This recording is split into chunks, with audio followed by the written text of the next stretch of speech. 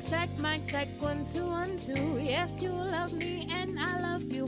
Putting on for my people, the local heroes, building community. Can you hear me now? Oh, can you hear me now? Can you hear me now? Oh, can you hear me now? Can you hear me now? Can you hear me now? Can you hear me now? Hear me now. Hello, and welcome back to another episode of Can You Hear Me Now? Gone Mad Presents. I am your host, Lady Madeline Patterson, with my co-host, Vicki, Lynn, Merriweather, and today we have a very inspiring show for you because we have none other than Miss Vicki Lynn Kelley, a world-renowned artist who is does not just makeup, but she transforms lives. You know, women sometimes can feel not as the next one. We tend to compare with each other. Sometimes we have this uncanny ability to be, what's the word I want to use? Yeah, the whole comparison thing. Yeah. But what Vicki Lynn does, Vicki Lynn Kelley, not this Vicki Lynn. the other Vicki Lynn, she's got another thing. But Vicki Lynn Kelley does, she's, as a single mom, she's created this business. She looks at the woman and not just her physical, but she's able to bring out what is inside of her to make her feel and look amazing, whether it's the hair or the makeup. Yeah, that's Miss Vicki Lynn Kelley. So welcome to our show, Can You Hear Me Now? How you doing today? I'm great. I'm glad to finally be here with you ladies. Yes, we are so happy to have you here. We'll just open up just a little bit. You're like a unicorn. You are born and raised in Austin, Texas. Wow. And it's so interesting because there's a lot of, I'm not born and raised here. I'm sitting between two women who are born and raised here. Yeah. But tell us about who Miss Vicki Lynn Kelley is and just your experiences growing up here in Austin, and we'll move into the world of fashion. Okay. Well, I was born here in Austin, and I miss the old Austin, I'll tell you that. Mm-hmm. But, you know, what I loved about Austin is that there was a visible black community. You know, we're still here, but it's so scattered. There was a connected and a very visible black community, and I really loved that. Like, because, you know, we knew where to find each other, and we if we weren't related, it was like 2 degrees of separation. So You're right. And I remember, now, I got here back in the 80s, but back in those days, everyone knew there were 10 high schools. I remember that. Mm-hmm. And everyone kind of just knew everybody. There's now this new Central Austin, but we used to call it what? The East Side. It's still the East Side to a lot of us. And when you mentioned the very visible community, I was just in church yesterday and they were talking about there were beauty shops and barbecue places, just anything you needed was in our community, just right there. Teachers and lawyers and doctors, everything was right there. And now we've got to go find ourselves and connect. And, you know, I meet people all the time in the salon that come here and get lost, and they're like, where are the black people? Because depending on where you work and live, you may not even cross paths with us. True. And luckily they find me online and they come in, and I always try to connect them with other people in the community too, because it's important to be connected with us. Absolutely. Now, what high school did you go to? I went to Lanier. Oh. So it's now Navarro, but Lanier High School. Yeah, and mine was Johnston, which is now East Side or something. East Side Memorial? East Side Memorial. East Side Memorial, yeah. Yeah. Yeah, it's not the same. Yeah. No, it's not. Yeah, okay, anyway, I digress just a little bit. So, how did you get into, let's talk about how you got into the whole beauty business with makeup and hair. I feel like I've always been involved with hair. And as a young girl, I could probably remember once going to the salon, but I didn't have access to a salon, and I always liked to look and feel beautiful. So I was always doing stuff. I was always doing stuff to my hair, whether it maybe my cousins, my brothers, my dolls, whoever would sit still for me. I always loved it, and it was really natural. It's just natural. And I started cosmetology in high school, and as soon as I graduated, I only took 1 year in high school because it was a 2-year program. And when I finished, I went to Vogue Beauty College over Delwood Shopping Center, the Austinites remember that. Yeah. With where Fiesta grocery store is That's now. right. That's But right. that, I went to Vogue Beauty School in Delwood, and most of the people in my era, that's where we went, you know. was. And so I finished, and when I got my license, I think I just turned 19 when I got my license. But it was what I always wanted to do. And fortunately, it was a natural gift. I loved it, and then you realize you can make money at it. And I was always drawn to it. And makeup came later. That was also a natural gift, but I didn't realize, especially back then, makeup wasn't something that people were really into. So eventually, I realized that makeup could be added to my business too, so I can give them the total look. So how did that happen? Like, how did that evolve into the makeup arena? Was there an event that just, now I want to add makeup, or how did that just come together? I was always doing it on myself, doing it on others, but I had a friend actually that was, he was always sending people to me for makeup, and I call my friend Vicki. I'm like, I don't do makeup, but then I realized, like, he was like, well, you're good at it, and so then I realized that it was something that I could actually incorporate into what I was doing, and it just fit perfectly, you know. And especially, you know, having a relationship with clients already, that when I did, even as I was learning, I felt I had a natural gift for it, but still I took some advanced classes to improve on that too. But as I was learning, I already had the relationship, so people trusted me anyway, so I always had a face to work on, so it was easy. Yeah, but then you ended up with your own line as well. Yeah. And, you know, I ended up with my makeup line once my daughter went to college, went through end of a relationship. My daughter went to college, and I was traveling to hair shows anyway. And I had a friend, Larry Stevens. He was a photographer. And so he was starting, his goal was to start a hair magazine. And he was doing like these posters for the salons and business cards. And so we would do events to where we would do makeup, I'd do makeup, he would do the photos and produce these salon and barbershop posters. And I really came in to help him, you know, helping him build his dream, and it turned into something else for me because I got great photos of my work, and so that helped me to realize the importance of that. So I got great photos, and in turn, we traveled to a lot of hair shows, you know, and it helped him to build his brand. And eventually, we started a hair magazine, Encore Hair Magazine. It was awesome, and it was actually nationwide. It was Wait a minute, that was you? Well, it was Larry's magazine, but I was there on the ground level helping him build that. Yeah, it was awesome. It was a great experience, and it turned into something unexpected.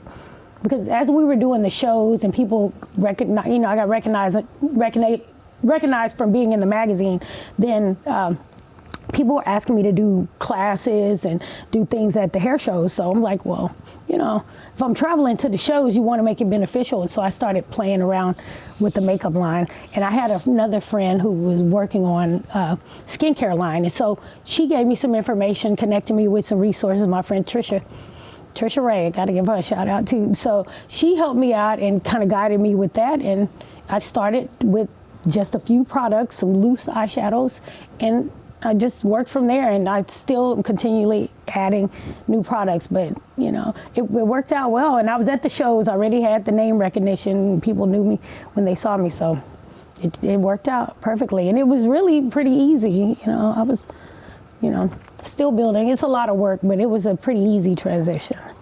So you kind of talked a little bit about the evolution. What pivots did you have to make? Like the pandemic had all these things happen. Were there any pivots that were kind of crucial where you had to reset or rethink, do something different to get to where you are right now? Well, during the pandemic, fortunately, like in 2018, I moved into a salon suite. So I'm in a private suite. And when the pandemic happened, we were off for 2 months. I almost went crazy. I found a whole bunch of other creative stuff to do while we were at home. I was painting and everything. But since the pandemic, we don't do as many hair shows. So I'm still working on different ways to promote and market my products. And, you know, that's a whole different thing because the shows aren't happening, and a lot of the shows have disappeared. Some are, but especially the African American shows, which was so much fun, a lot of those have disappeared. So, you know, still regrouping with that, and I sell my products in the salon.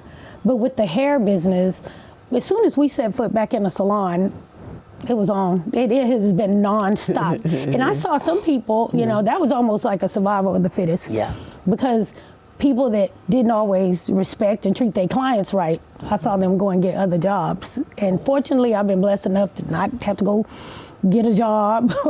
But, you know, I always tried to give my best. And in my salon suite, I was able, you know, instead of being in an open salon, I was able to keep things clean, keep it safe, and just spend that one-on-one time. You know, we're doing the masks. And even after that, it's still now, the thing with us in the beauty industry, what we learned in school, one of the main things we learned was sanitation. Sanitation.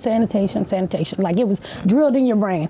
And so even in state board, like if you go take your state board exam, you could do everything perfect. But if you don't use proper sanitation, you'll fail the test. So like that's what we were taught. And when I realized, I tried a whole bunch of stuff during COVID, you know, the different products that were coming out that kill this and kill that. But what I realized, a lot of stuff that we already knew in the product, Barbicide, one of the main things that we were already using was sufficient, and it was already enough. And we just really doing what we already knew to do, is to just keep things clean and sterile and wipe things down. And, you know, that's what we were doing anyways. Fortunately, me, you know, nor any of my customers that I know of that came to me, we didn't have any outbreaks in the salon. We were all safe, and people felt better coming into that space because they saw how I was operating. So the hair thing, it didn't miss a beat at all.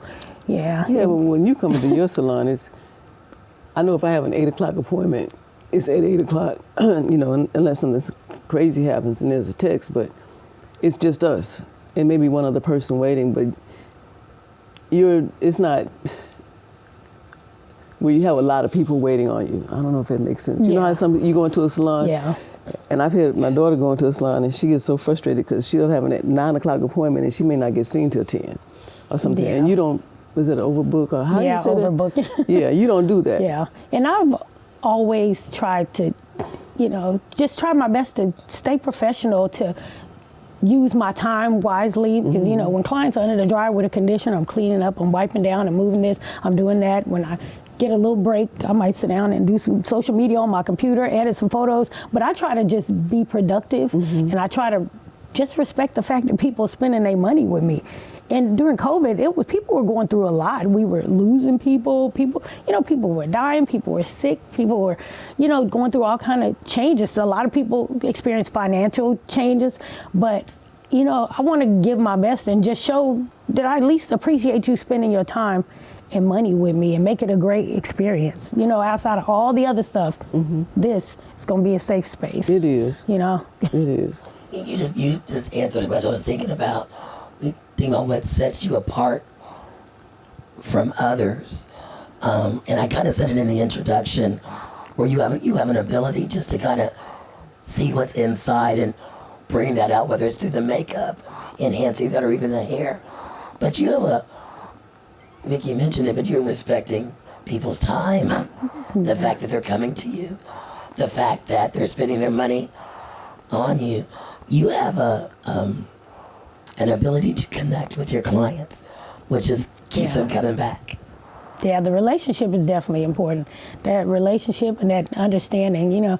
And I even thought recently, I was in the salon one morning and I, you know, just felt led to make a video, because when I walked into my space, I was like, thank you, Lord. Like, I was so thankful for that space, for the peace, and for the peace that I could create for my clients. Because there's a lot of people now walking into hostile environments every day, every morning, you know, whether some of it's at home, but people in these workspaces, the people out here just openly racist and aggressive, and the microaggressions, and I know now it's more important than ever to just continue to do what I do, but allow people to come in and just feel open to talk about. They want to talk about politics, they want to talk about their family, but you know, there's no judgment, and it's just a safe space, a safe, peaceful space where people could come and just, you know, and you're gonna leave looking good. It's just, I love that. it's important, you know, it is. because we're not safe everywhere right now, and it's just important. And I just was so thankful just that I could be in a place like that, and I, you know, and everywhere I work, we got all types of people, all races, all backgrounds in that space, probably at least 40 stylists, and we all in there and just appreciating the diversity, and you know, coming into that space, we all respecting each other. It's peaceful, and in my particular space, I just want people to feel loved on, make them feel comfortable. So, you know, we got to do it. We have to find, we have to seek those spaces now. So I'm just thankful that I can create that for them and for me. I love that. We're gonna take a little bit of a shift here. As a single mom, building a business, what was your biggest challenge, and how did you overcome that? Well, I think just my biggest challenge was I had been challenged. I had been challenged. My life was a challenge. My upbringing, my childhood, and never really having a lot of stability, being bounced around from place to place. So I knew I had to create something different for my daughter.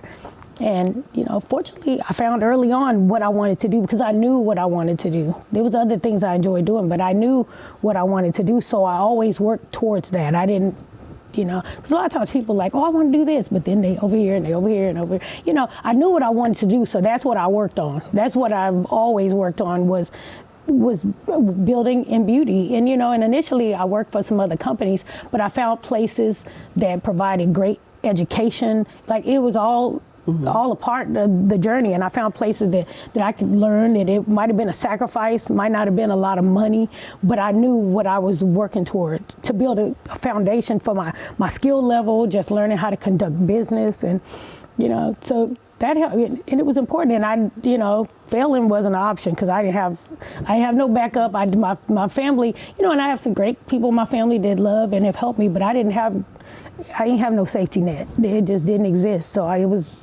just make it happen. That's what I like about, especially when I hear parts of your story when I'm in the salon with you, is that you never let circumstances stop you from doing what you wanted to do. Yeah.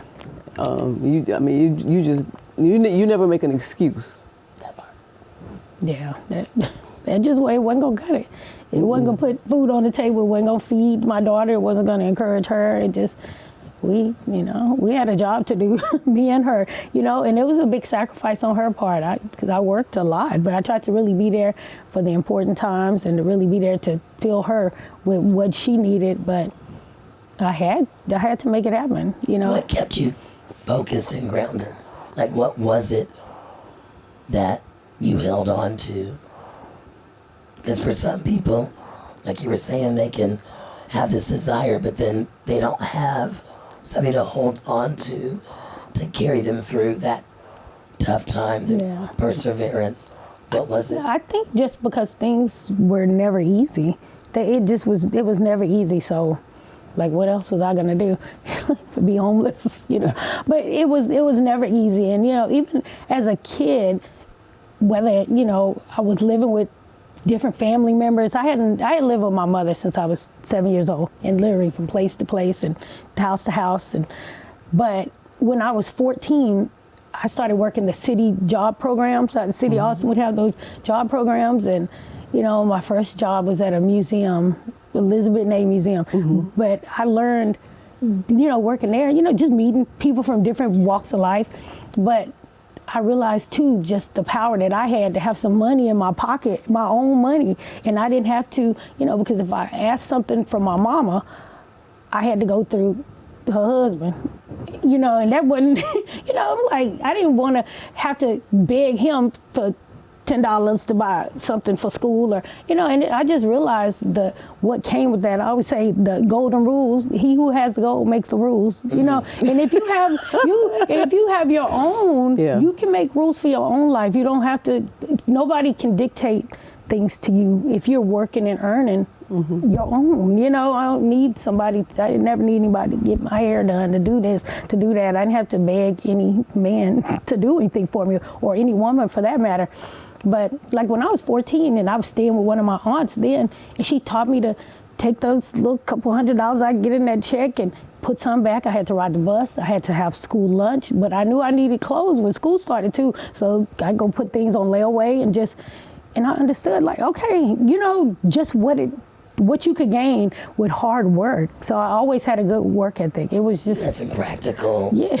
Skills. Yeah. You God allowed you to be in a position. Yeah. And I say God allowed because I'm looking at this side where God was preparing you in your childhood for where you are today and where he's going to take you. And it's beautiful to see, because there's probably people out there going, man, my life is this and I don't have it. All the stuff I don't have.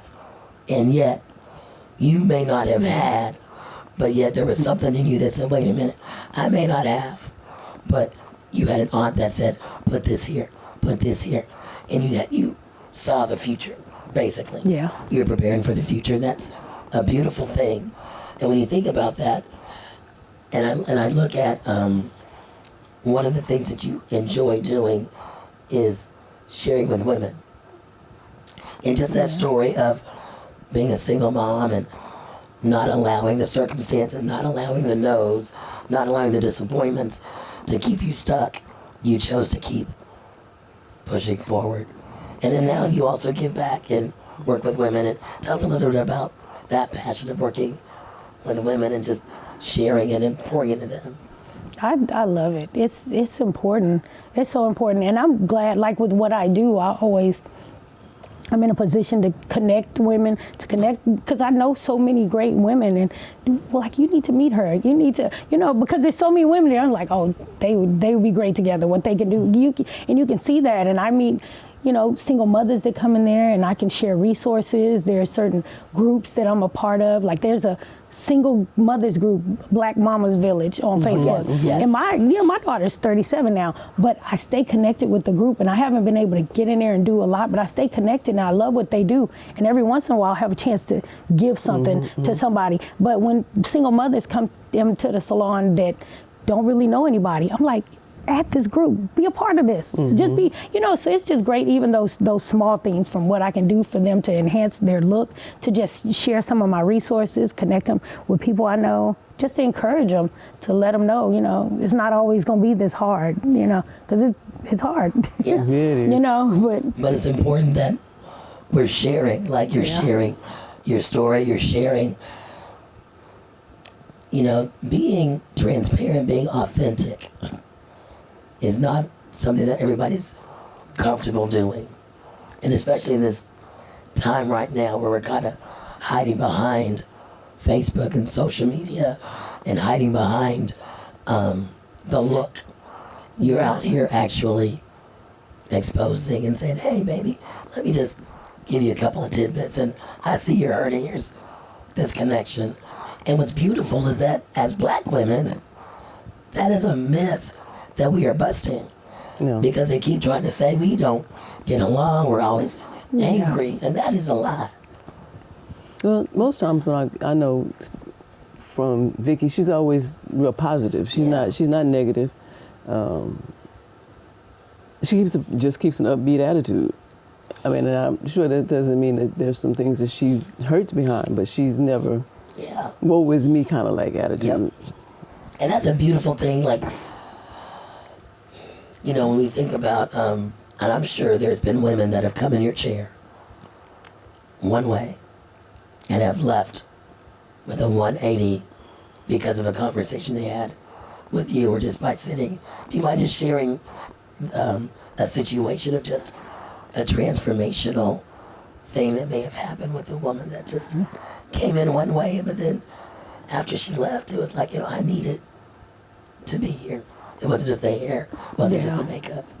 I recently had a young woman in the salon, and when I first met her, we connected, it was an immediate connection, and she's like in her early 30s, but she's really a smart girl, got a great personality, and when we were talking, I almost felt like in a way like she was interviewing me. She was asking really in-depth questions. We had a conversation like we'd known each other for years, but she came in recently and she worked for TikTok, and she did a lot to help people like build a social media, and she that was just something she did naturally, but she lost her job, and she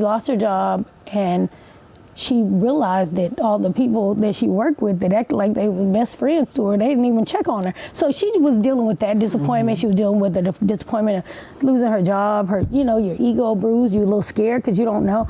And, and just being able to help her and encourage her and point out what was already in her. Because I'm like, the conversations we had and the things you told me you wanted to do in the beginning, you got free time now. You have time and you have the opportunity to do and build on your natural gift. And I'm just like, it's great. And I'm sure you're going to get another job, but take this time, be productive, and work on what you have right now, because she have a natural gift to communicate with people. She has a talent. She got the skill. You can work for one of the biggest social media platforms. Like, take that and just continue to build on that and work on that. And even if you get another job, don't get so comfortable in other people's stuff, because you're still dependent on them.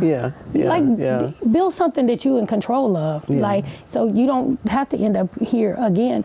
And I just felt like when she left, and and even after the fact communicating with her, I just felt like she heard me and she thought about it. And I still got to follow up with her, but just knowing that I was able to uplift her mood, because she was feeling really down, but it was something special in her, and I want to be able to point that out. Like, look who you are, and it's a gift. You already have everything you need to be successful. So don't get stuck in that. You can grieve over that job. It's okay to go through that process, but don't just be sitting home feeling sorry for yourself. Come on, because what you gonna do? You gotta, you gotta eat. Yeah, you gotta eat. Life is still happening, and they may have done you a favor. Exactly.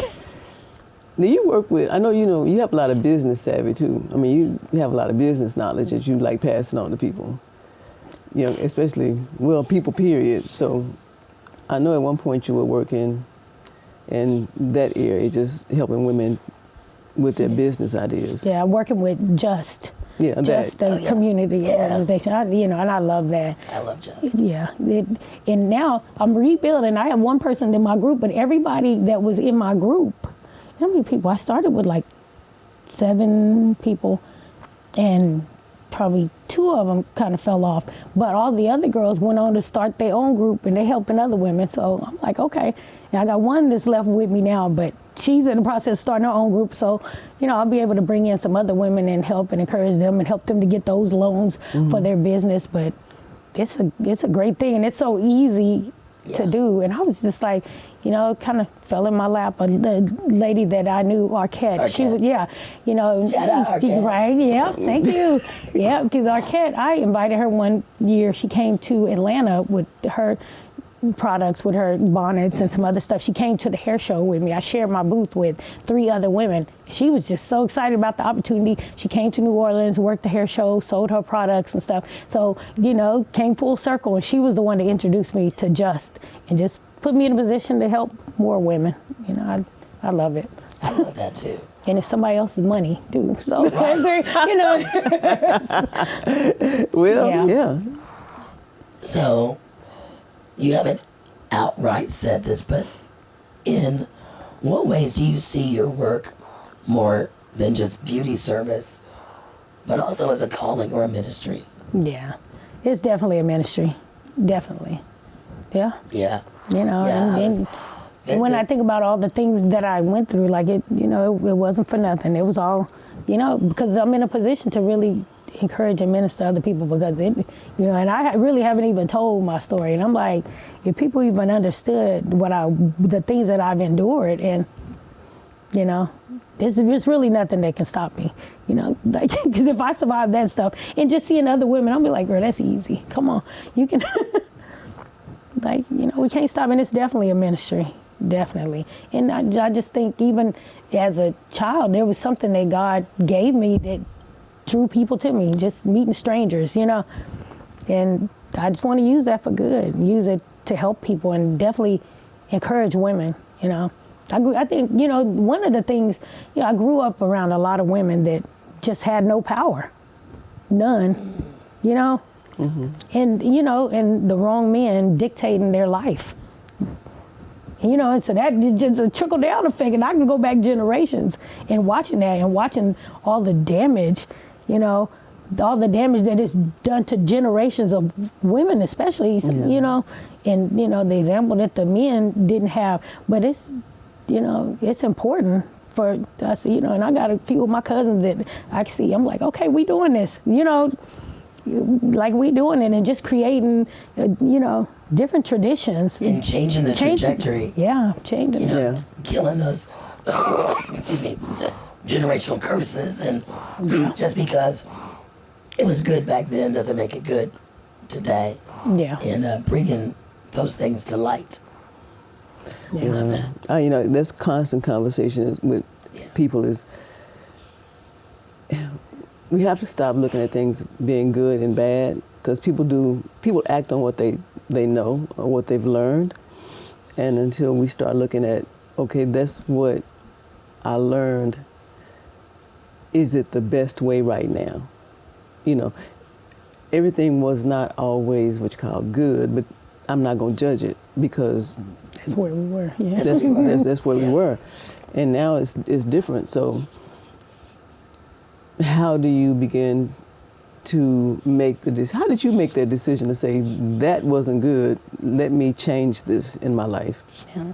And I think just the different experiences along the way, whether it was friends, like some of the friends I encountered, some of the parents of friends, some of the teachers, and just being able to see women in different walks of life, to see how other women were managing it, even if I didn't have it immediately around me, looking like, okay, well, look at her, you know, look what she's doing. And being able to see other women really making stuff happen, you know, and just knowing that it was possible. But I always believed that it was something different, but I knew that I didn't want to experience what most of the women in my family were experiencing.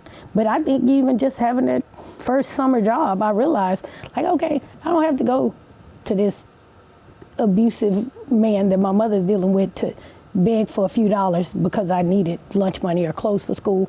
I worked and I was able to manage and have my own stuff. Just that, just that little bit, and building on that and understanding that I had the power to change the small things, you know.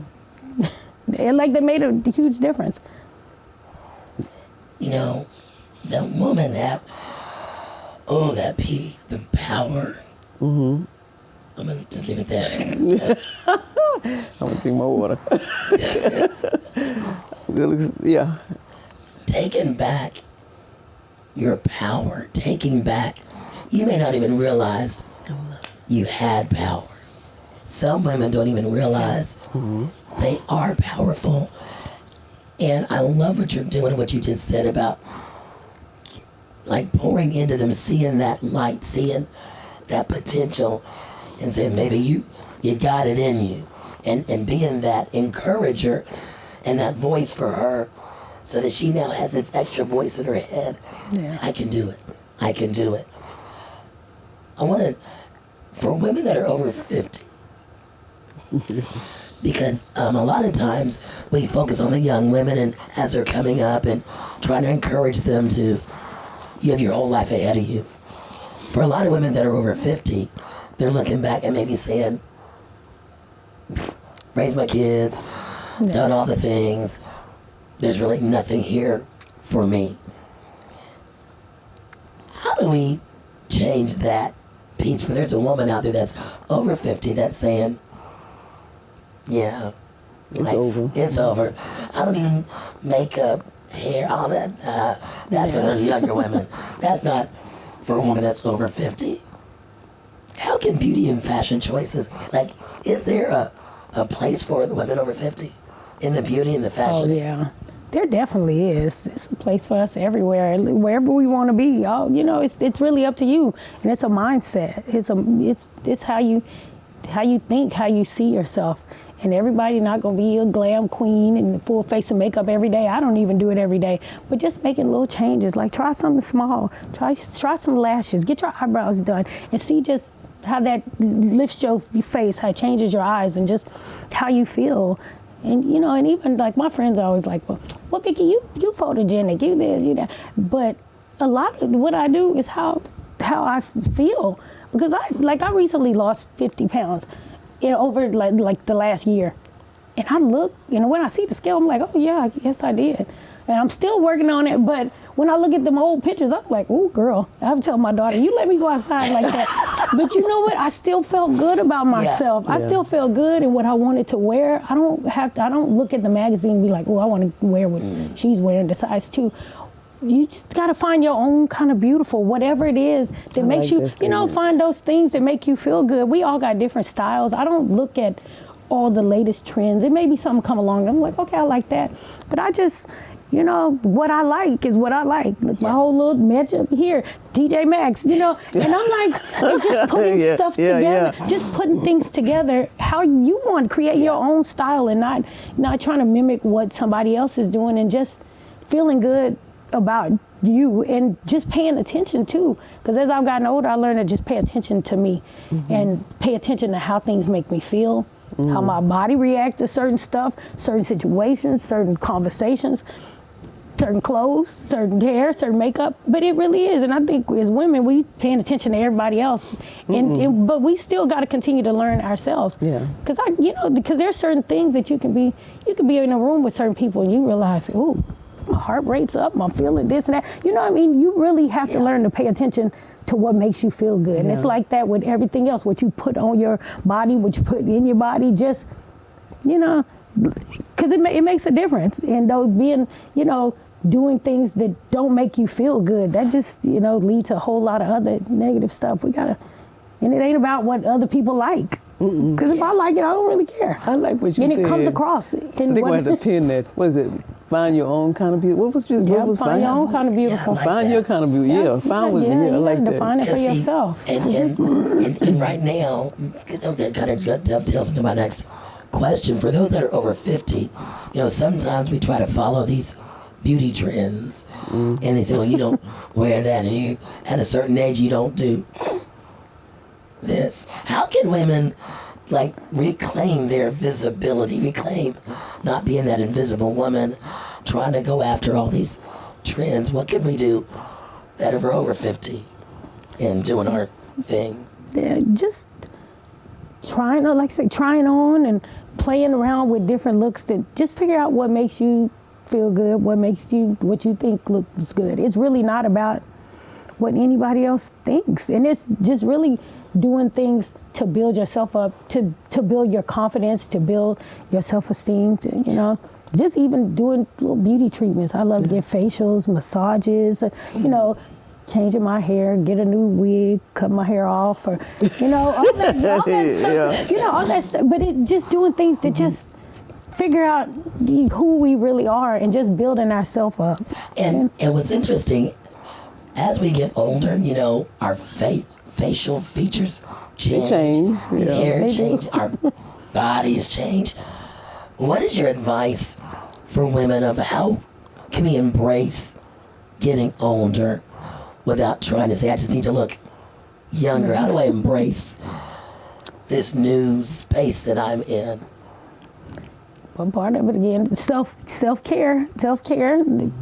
The traveling does it for me too. I love traveling, but self-care, and even with this skin, because things are changing, and fortunately this melanin helps us. But I realize I'm drying out as I get older. I'm like, ooh, I be telling people we turning back to dust. My skin, my arms, my hair. I can put lotion on and be like, ooh, okay, I got to come back 30 minutes later and do another layer. But just really taking care of ourselves, taking care of my skin, getting facials, adjusting, okay, I need something, maybe you need something with a little more oil in it, or change something up. Just, seeking other professionals. I try to, stay connected with a good esthetician, and even stuff like not spending a whole lot of money. I have, a couple of estheticians that I like to go to, but sometimes I'll go to one of the beauty schools and just get a good facial. Everything don't have to cost a whole bunch of money. And because you got to take care of the skin.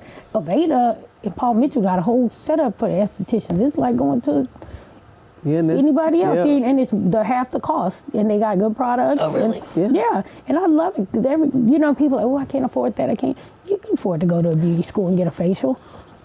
I never thought about that. I love it. I went to the beauty school for a massage. I never thought about it. You got a massage at a beauty school? You sure did. I didn't know you could do that. Sure did. And it's just finding ways around it. Because they had to have hours. I'm going to have to go over there and look. I like the idea of getting a facial from a beauty school. Yeah. And I work really close to the Aveda school, so sometimes I just get a little space. Because my main esthetician, she went to school over there. And then there were times, that I just didn't have time. I didn't plan ahead. And I just run over there. I get in at the school. They got a lot of flexibility, and it's half the cost. Love that. I forget about that. Because a lot of times we just think everything got to cost a whole bunch of money. It ain't. No, if I could find a great bargain and still make me feel good, taking care of this skin, because we gotta give it a little more effort, because it's not as easy as it used to be. It's not. Getting about the chair ain't as easy as it used to be. Just like with everything else, we gotta put a little more effort and just figure out, like, okay, this works. So, since we're on the subject of women over 50, can you help us do some beauty myths and realities for women that are over 50? So,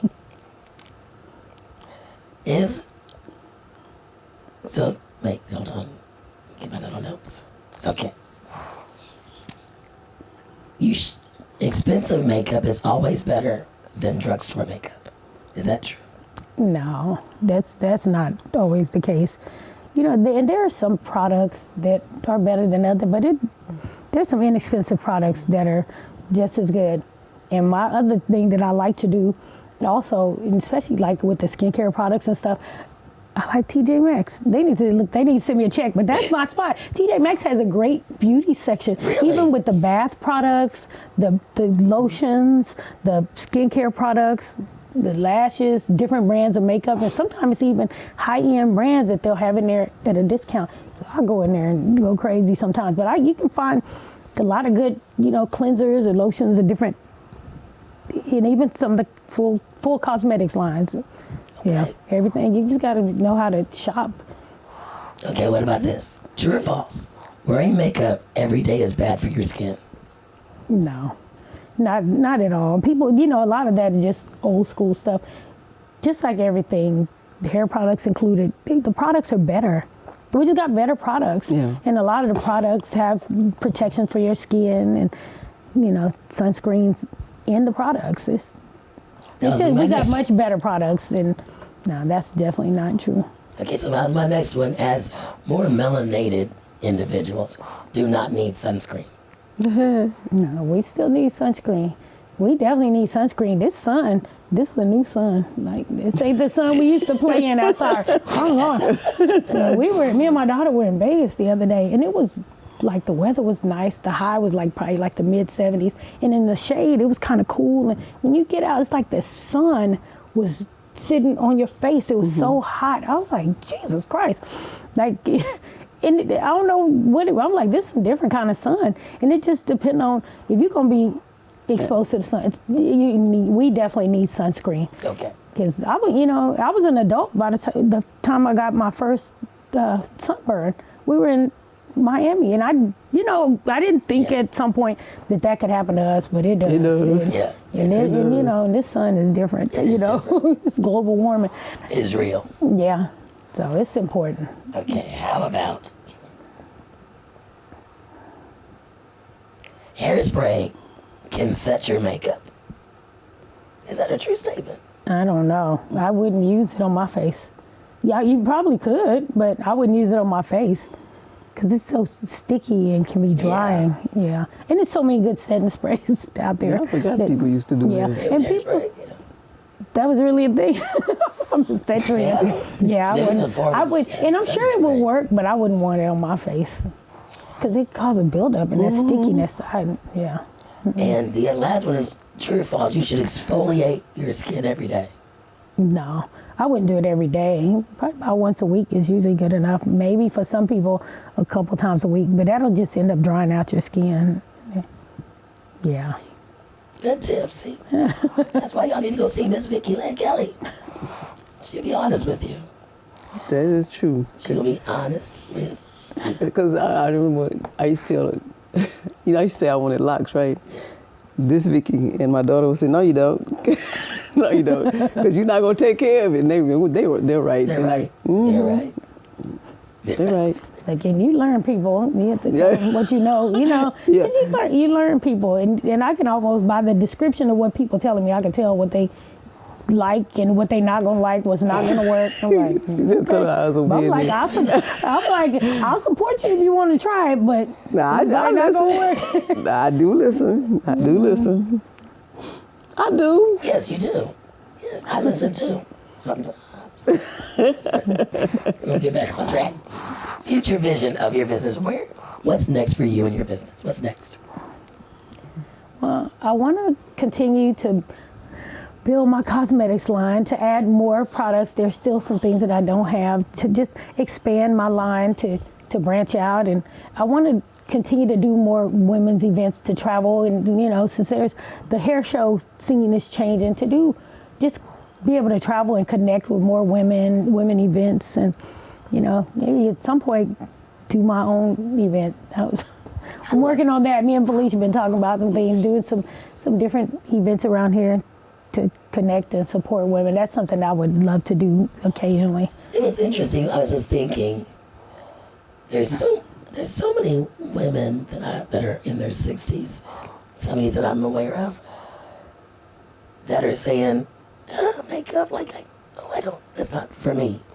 Like, not knowing how to apply it or enhance it, or their husband may say, no, I call it natural. Yeah. But is there a right, I guess, way, if you will, for those that are maybe in their 60s and 70s? Like, what can they do to just be in this space of newness? Experimentation. And is it too late? No, it's definitely not too late. And it probably would be a good start to connect with the professional and just spend some time and maybe bring your products in and see what you're doing now and how you can improve on that and just work on that. That would help. But just start small. Because something as simple as shaping your brows and putting on some eyelashes could be really easy. You don't have to do a full face of makeup. Just put a little something on your eyes, a little bronzing, shadow, a little something on your cheeks. You don't have to, you can get tinted moisturizers just, instead of wearing a full face of foundation. There's a lot of little small things, but it would help to just consult with a professional, and sit down with somebody that can just help you, and you can just try and see what works. That would be really interesting. Yeah. I'm thinking about my church ladies. Yeah. And for me, I know you are.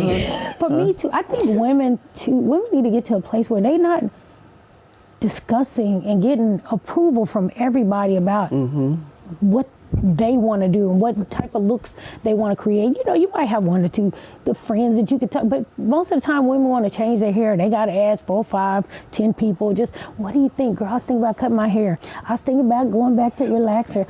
And I see people do that online. They'll announce on Facebook that they're wanting to go back to a relaxer, and everybody come in like they doing an intervention. And I'm like, who cares? Because some people do great with natural hair and it works for them, and some people don't have the time, because that's a lot of work too. But it doesn't matter what Everybody 10 else. other people think. No. Just figure out what works for you, what works for your lifestyle, and put all them opinions. Just get rid of that. But most women seek everybody else's approval with the slightest change. And then I don't discuss my beauty needs with men. What do they know? Men don't know anything. They don't have any idea. And most women be asking men, and a lot of men, when it comes to a really great, cute, short haircut or changing your makeup or doing something that's going to get you more attention, Yeah, no. Most men they're not gonna encourage that. Like, and that's something with them, but it's not up to, and the thing is, most men don't even know what they like. Like, I don't like weave. But if your hair is done right, they wouldn't even, a lot of times they won't even know. They have no idea. They just saying stuff. So I'm not even gonna discuss it. If I want to change my hair, he's gonna just be surprised when I come home. I'm not gonna get approval or permission. It's my hair. Like, we don't, most men ain't discussing their hair. How should I get my hair cut, babe? Like that doesn't, so why do we feel like we gotta do that? We gotta get everybody's approval. I'm like, nope. And don't bring your husband with you when you go to the salon. Because this is us doing this. Yeah. Like, what are they? They don't know. Yeah. They don't know enough to make them kind of decisions. That is an interesting thought. What's it? Like, we do, there's so much on the woman to look a particular way. There's so much noise in the air on your TV. So we're probably conditioned to kind of be molded in a particular way. Out here looking crusty. The men be looking crusty. All right, Yes.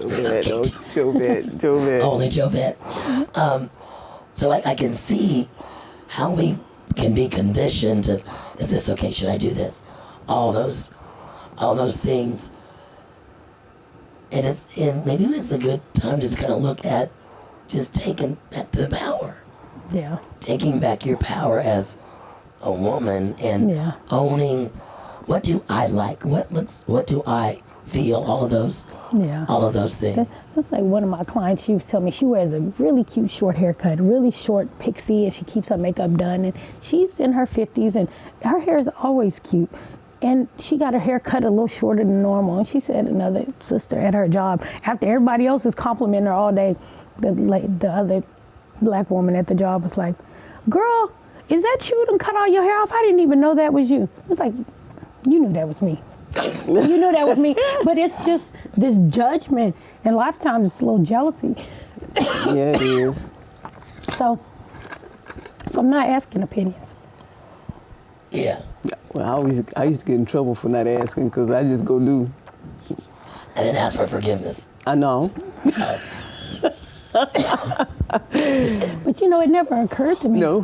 Yeah. Even in high school, when I started cosmetology, it never occurred to me that I needed to ask somebody get permission before I changed my hair.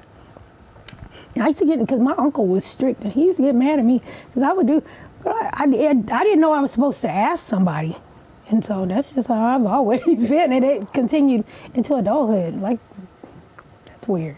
Like, I need a permission slip to go to the salon to get my hair changed? That's crazy. But that's just women. But yeah, and we get so much, and I guess interesting because we get so much judgment from other people, other women. But most of the time, other women be like, they might not be able to admit it. They want to do it. They want to do it. Yeah, they want to do it. It is a projection. They're projecting their own stuff onto you. Is what's happening. Well, I think as I got older, I guess it was like, and I never did ask for permission. That's the other piece. But recognizing that you really have to go within what's going to feel good. And you said that earlier, what's going to be good for you? What makes you feel good? Not not thinking, is this going to make me look good? Or what are other people going to say? No, it's what looks good for me. What do I like? Yeah. What's going to make me comfortable? Yeah, and that's key. And so I tell my husband, like, my poor husband. I say my poor husband in the way that he's fully supportive. Always. He's always supportive. And I will say that he is. That's why I say my poor husband, because his wife, I'm very me. And I'm very me. But what's beautiful is, I think for the first time, I'm able to be me, and I'm trying things and experimenting with things, and I'm about to do that. I'm excited. I'm excited too. We've been saying this for a minute. That I got to make an appointment on Vicki, Lynn, Kelley's books, because I need a professional to really deal with the post chemo rate, all that stuff. But this is the first time I'm feeling I can be 100% me with my hair, with anything that I'm doing in my life. And I don't even realize that I didn't have that before. Like, I don't realize I think I operated like the other one asked for permission, and maybe not even permission, it was seeking approval from those around me. And now it's like, well, whether you like it or not, I'm gonna do this. This is me, and you can accept it or not. And I just love how you've said that. That just gives me, I don't know, a little more confidence to keep going, especially for women that are, and I keep saying women over 50, all women, but really women that are in this space of not being seen or invisible, or my life is over, I'm retired, my kids are grown. What use do I have now? And to be able to go, you can reclaim that power. Yeah, this is the best time for us, really. You ain't lying, girl. For real. Because most of us are more stable, and I've always had a desire to travel, but I'm in a better position financially to travel. My daughter is grown. There's nobody that I have to do anything for. This is the best time. It is. We didn't know it was back then. We didn't know it back then. No, we did not. It's really something to look forward to. And society always tried to tell you that it was not. But look, I don't have any kids. No kids to take care of. It's not that I'm not there for my grown kids, but it's different. It's different. I can see y'all later. I'm gone. Yeah, the responsibility is different. When you figure it out, let me know. Yeah, that's it. See you later. Bye. Exactly. Yeah. It's a different state, and so it's almost when you hit that certain number, it's like liberating. If you ask me, it feels good. It feels good. It feels good right now to be like, I wanted to be in that KMA club. You know when you're getting ready to retire? There's a KMA club. Okay. I'm listening. Starts with KISS. Okay. I have to figure out what happened, but I see what you're saying there. And so now in this space, like I'm just feeling liberated to be who God created me to be. And now I'm exploring this new space. This freedom? Because at this age, I've taken all the stuff that happened to me in my past, all the negativity, even all the lessons I learned or didn't learn. Yeah, got a few skills. Yeah. But it created this person, and now I can just walk out and say, yeah, here's where I am today. And what do I want to do with the rest of my life? Exactly. Like it is not lost on me that I have more days and years behind me than I have ahead. So what am I going to do with it? Yeah. Live it the best way I can. No, that's about it. I don't want to waste anything. None of it. Anything. Yeah, and without letting other people put limitations on exactly. what you do. Yes. Like you can create your own future. Yes. Like you can make it whatever you want it to be. Exactly. And on that note, Vicki, how can people follow you and where do they find you and all your social media stuff? All of my social media is Vicki Lynn Kelley. Everything. You just do all my Facebook, TikTok, Instagram, YouTube. Not much on YouTube. I'm working on that, but it's Vicki Lynn Kelley. That's my name. I keep it the same. Keep it simple. Vicki Lynn Kelley. Well, thank you so much for joining us today. We had a great conversation. It was. It is. We'd love to have you back on. Maybe one day you can do a little, just how to apply a couple of little, things to your hands. After you get your appointment. After you get my appointment. Yes, we can do that. Maybe I'll even record my appointment. Yeah. All right. With that, we are out, y'all. Tune in next week. We're back at the same time, 5 o'clock Central. Faith-led, purpose-driven voice and paradigm, Lady Madeline, and we're out of here. My host, Vicki Lynn, and thank you, Miss Vicki Lynn Kelley. Thank you. Peace, y'all. See?